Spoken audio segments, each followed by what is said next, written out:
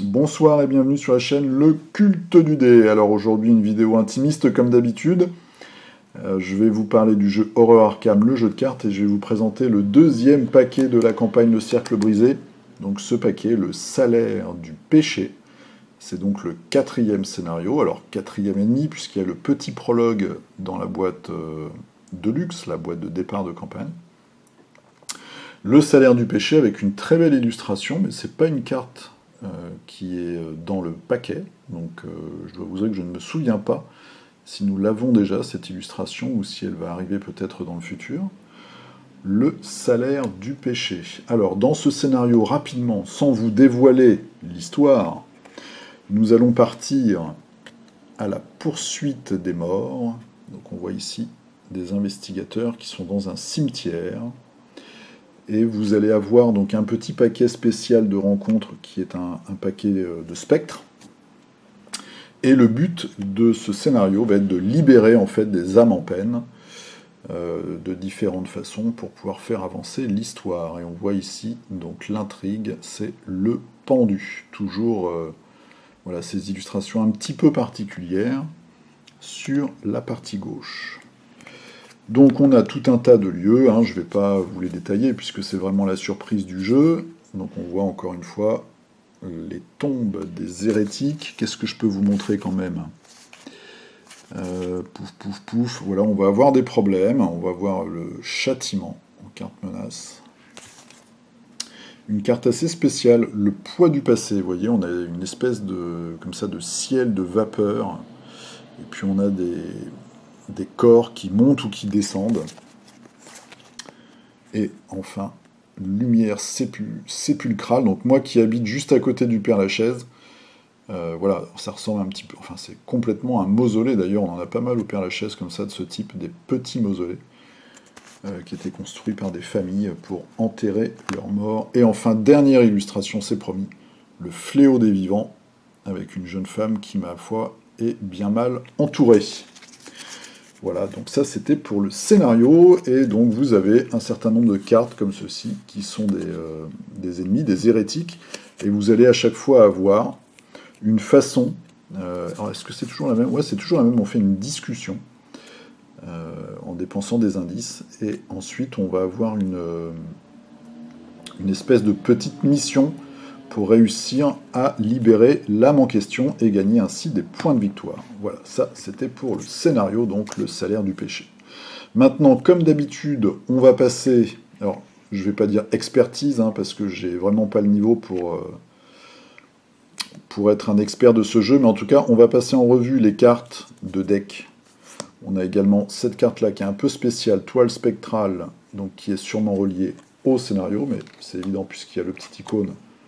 On voit en haut, à droite, la corde du pendu. Donc c'est une espèce de sort, en fait, pour combattre un type d'ennemi. Donc chez les gardiens, la dernière fois je m'étais trompé entre gardien et survivant, bleu c'est gardien. On va avoir des alliés dans ce pack, en fait. Donc Alice Luxley, avec une chouette illustration là aussi. Voilà, une jeune femme, une enquêtrice, c'est quoi? C'est une détective de la police, qui a l'air un petit peu sévère, mais tout de même très mignonne. Donc c'est un allié, on gagne plus à en savoir. Après que vous avez découvert un indice, on l'incline et on inflige un dégât à un ennemi dans notre lieu. D'accord. Donc il faut, voilà, la 2 et 2, il faut trouver un indice pour infliger un dégât. Deuxième carte pour les gardiens qui est assez intéressante, bien entretenue, c'est un événement, carte à expérience. Donc rapide, voilà, on le joue seulement dans notre tour, on va l'attacher à un soutien-objet qu'on contrôle, on peut en mettre au maximum un par objet, par soutien, donc voilà. Une fois que le soutien est défaussé, on le renvoie dans la main de son propriétaire, de même que chaque attachement amélioration. Ça permet, quand on a un objet vraiment intéressant, de le mettre dans sa main, tout simplement pour pouvoir le reposer ensuite. On a une arme fétiche, par exemple, qu'on va pouvoir comme ça faire tourner entre sa main et sa zone de jeu pour pouvoir en garder les avantages. Ensuite, les chercheurs, donc là aussi, un allié qui est un petit peu particulier, Monsieur Rook, donc revendeur de secrets. 3 points, c'est une carte de départ. 3 utilisations. On va l'incliner, on dépense un secret, donc il a 3 charges. Cherchez n'importe quelle carte parmi les 3, 6 ou 9 cartes du dessus de votre deck, et on la pioche. Ok. Si au moins une faiblesse se trouve parmi les cartes consultées, on la pioche également. Et on la mélange, et ensuite on mélange son deck. Voilà, donc on va avoir la possibilité de chercher un objet qui nous intéresse, un soutien, un événement, etc., etc., une carte en fait, mais il y a un risque, c'est que si jamais on tombe sur une faiblesse, eh bien on se prend la faiblesse. Il y a 3 utilisations, 3 secrets. Évidemment, si les faiblesses sont déjà sorties, c'est beaucoup plus simple. Mais cette petite manipulation, eh bien, on doit en payer le prix. Ensuite, appareil photo à soufflet, toujours pareil, une carte de départ, ça coûte 2, c'est un soutien. C'est un outil pour les chercheurs. Alors, après que le dernier indice de votre lieu a été découvert, on place une ressource qui est prise dans la réserve de pions, donc c'est pas une de nos ressources à nous, sur cette carte en tant que preuve. Donc limite d'une fois par partie et par lieu. Ouais. Bon, si on a trouvé tous les indices d'un lieu en même temps. Donc ensuite, plus on va mettre de preuves sur cette carte, plus elle va être puissante, sachant qu'elle prend quand même un emplacement de main. Donc première preuve, on gagne +1 en volonté, deuxième +1 en savoir, et troisième +1 en santé mentale. Ensuite, toujours un allié, mais cette fois-ci pour les truands, un jeune asiatique, Henry Wan. C'est un acteur en herbe, il coûte 3, il fume le cigare. On va l'incliner. On révéler un par un des pions pris au hasard dans la réserve du chaos. Ok. Jusqu'à ce que vous choisissiez d'arrêter ou que vous révéliez un pion spécial. D'accord. Donc si vous avez choisi d'arrêter, pour chaque pion révélé par cet effet, vous pouvez piocher une carte ou alors gagner une ressource. Par contre, si on pioche un pion spécial, eh bien ça s'arrête. Il ne se passe rien et on ne gagne pas davantage, sachant que ça prend une action. Donc c'est un petit peu comme la même mécanique, c'est pas la même mécanique, mais c'est le même concept que Monsieur Rook. C'est-à-dire que c'est un avantage, mais on va avoir un prix à payer. Bon là, il est assez léger puisque ça reste qu'une action. Et ça reste un allié qui va nous donner quand même 1 point de vie et 2 points de santé mentale. Deuxième carte pour les truands, réflexe. Donc là, c'est un événement, ça coûte 2, ça nous donne 2 de rapidité. Stratagème rapide à jouer lors du tour de n'importe quel investigateur, excepté pendant une action. Effectuez immédiatement une action, comme si c'était votre tour. C'est assez énorme, cette action ne compte pas dans le nombre d'actions que vous pouvez effectuer à chaque tour. Je trouve cette carte particulièrement puissante. Il n'y a pas de concept de lieu,